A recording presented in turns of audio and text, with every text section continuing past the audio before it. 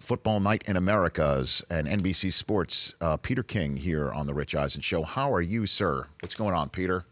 Everything's going good, Rich. How about you? All right. I know you hit it in your Football Morning in America piece that was available on Labor Day. Great Labor Day reading for everybody. I'll start. Why did Khalil Mack have to get traded, Peter? It's question of the year in the NFL. In my opinion, I think it's one of the crazier things I've seen in recent years covering the NFL. I think you draft players to develop them into Khalil Mack on and off the field. This is a guy who is a great example, a great leader, and a great football player. Pro Football Focus metrics say that in the last 2 years, his 175 quarterback disruptions, sacks, hits, pressures of the quarterback is far and away better than any pass rusher in football. So he's 27 years old. He's due to get paid. And I'm shocked that the Raiders basically threw their hands in the air and said, nothing we can do about it. We can't pay him. We're not going to pay two guys big money on our team.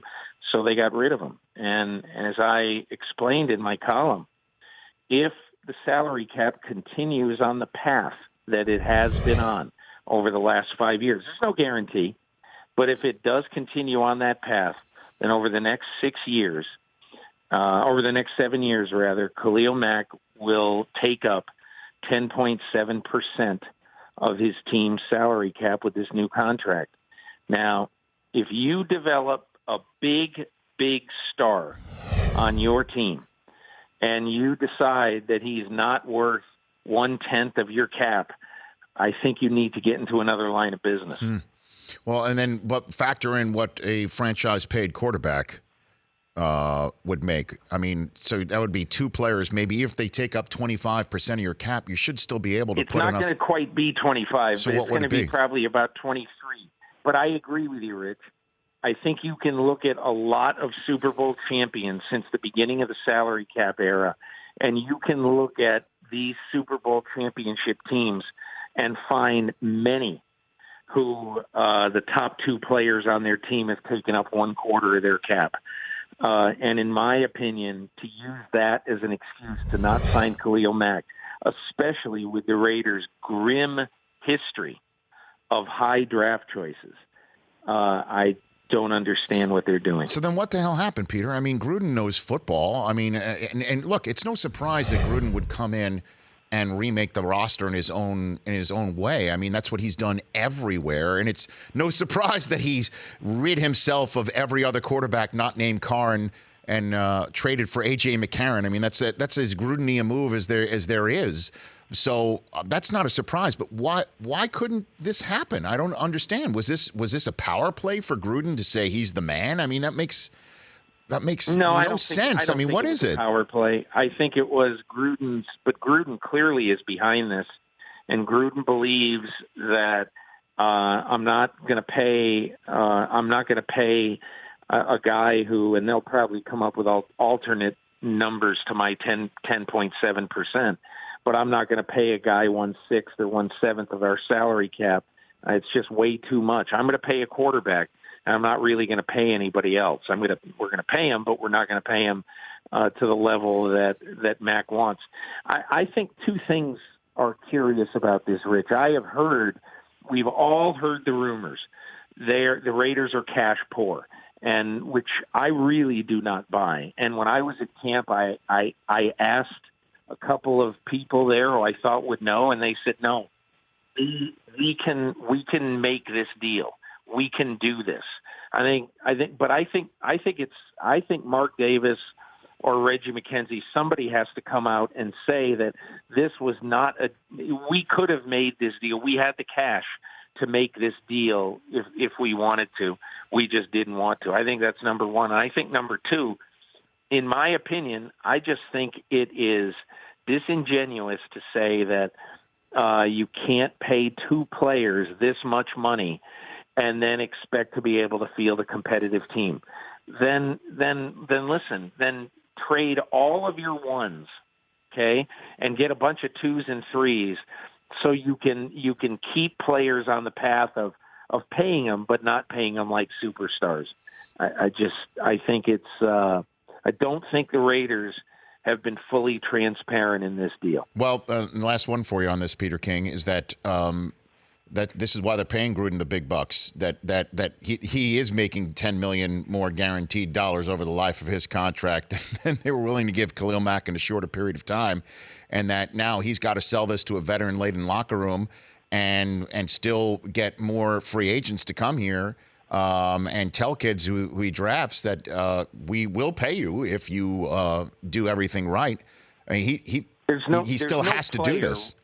Yeah, there's no player right now, in my opinion, who's under more pressure. There are some players who are under as much, but there's no player who's under more pressure right now going into this season than Derek Carr. Because the Raiders already had a subpar defense, and now far and away the best player on defense is gone. That means that Derek Carr is going to have to put up 30 points a game on average this season for the Raiders to have a chance, in my opinion, to make the playoffs.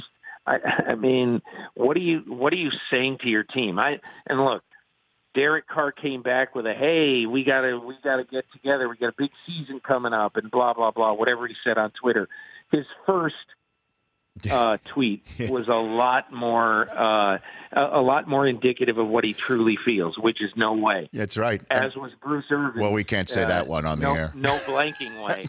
And so I look at it and I just say, you're absolutely right, Rich. This is not going to be a good year for the Raiders, number one. And number two, in the off season, when you try to make free agents come, I don't know how you're going to do that. Peter King here on the Rich Eisen Show. What is going on in the camp of Le'Veon Bell, Peter? Because he can't get a long-term deal from the Steelers right now by rule, the Steelers, and he can't talk long-term deal because of the franchise tag. He can make a little bit more money on the tender, I guess, if the Steelers want to sweeten the pot. He did just see Khalil Mack get a trade away. So why isn't he showing up if he wants to say he wants to win football games and have a big season? He's got to show up right now to play this weekend. The big question, I think, the big question about Le'Veon Bell right now, without any question, the biggest thing I want to know is just what is his goal here? And it seems to me that his goal is, I want to make it so unpleasant for the Steelers that they are going to find a place to trade me. That's how I look at it, Rich. I'm not positive that this is the case, but I think that Le'Veon Bell now at this point really wants to go somewhere else. What else is the logical interpretation of why he's doing this? Well, Pouncey says he's going to show up on Wednesday. I mean, which I guess if he shows up Wednesday, would Tomlin dare just say you're sitting? I mean, would he That's do a that? Good question. This is putting Tomlin in a terrible fix, because part of me thinks, and Rich, we've seen it over time when holdouts. We just saw it with Roquan Smith. What happened to Roquan Smith about 3 practices into his Bear tenure after sitting out almost a month? He got a hamstring tweak. And the same thing happens a lot of times to players who've held out, regardless of what they've been doing to keep in shape. And so I don't know if you're Tomlin, even if he shows up, I think you have to say, look, we're going to Cleveland. We're going to have Le'Veon inactive, and we're going to try to win this first game without him. Shouldn't the Pittsburgh Steelers be able to beat the Cleveland Browns, even the rejuvenated Cleveland Browns on the road without Le'Veon Bell? Look, if they can't, it's a grim scene in Pittsburgh. Does Earl Thomas show up in Seattle soon? What do you think?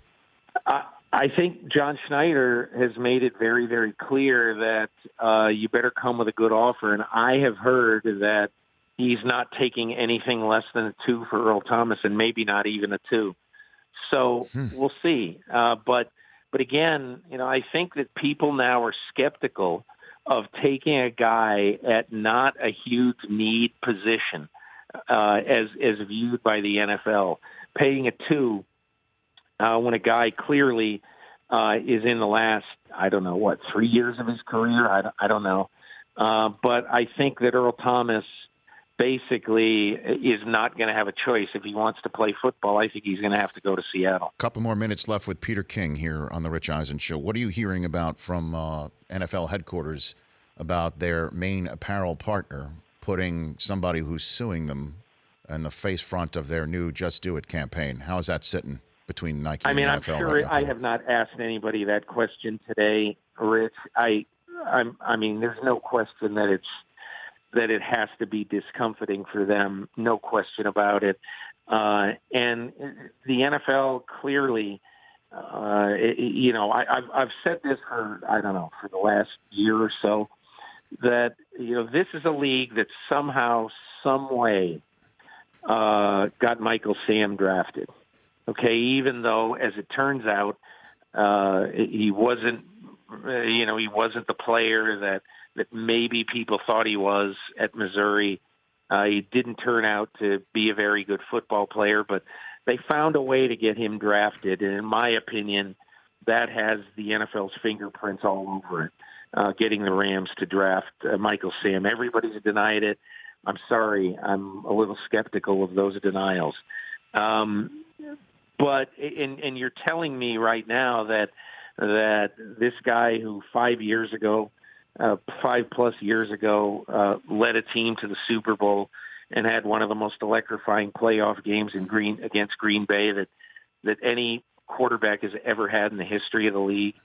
It's silly to think that he doesn't have a spot in the NFL, and I just think people are so spooked right now over the anthem protests and the anthem issue. That's not why he's in the league. But I applaud Nike. I think it's fantastic. To me, and again, I'm not predicting this will happen, but I'm just telling you what this reminds me of. The rancor and the controversy surrounding Colin Kaepernick right now reminds me when I was a kid of the rancor and controversy that surrounded Cassius Clay, who became Muhammad Ali. It just does. And I think down the road, Colin Kaepernick is going to be viewed as a historic figure as much as people blanch at that who don't like him or don't like his politics. Everybody thought the exact same stuff about Muhammad Ali. And look, when he died, it was like a president died. It was like having a state funeral for him. So I think that the NFL in retrospect down the line is going to look very, very small in not allowing Colin Kaepernick to play. Last one for you, Peter. For those who did not read your Football Morning in America column, your Super Bowl prediction is? I picked the Rams over the Patriots. I wish I liked somebody better than the Patriots because right now in the AFC, because the Patriots are flawed. And I don't like the Houston offensive line. I don't like. I'm just not sure about the Jacksonville offense as good a day as they had against the Steelers in the playoffs. I think the Steelers defense was eminently flawed in that, at the end of the season after they lost Shazier. But I just think right now, everywhere I look with the Rams, they've had a very, very good offseason. I do agree with people. This might not last.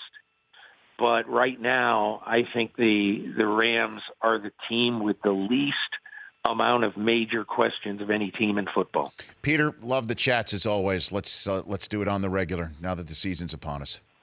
Thanks so much, Rich. Have a great day. Right back at you, at Peter_King. The Rich Eisen Show, weekdays at noon Eastern on Audience.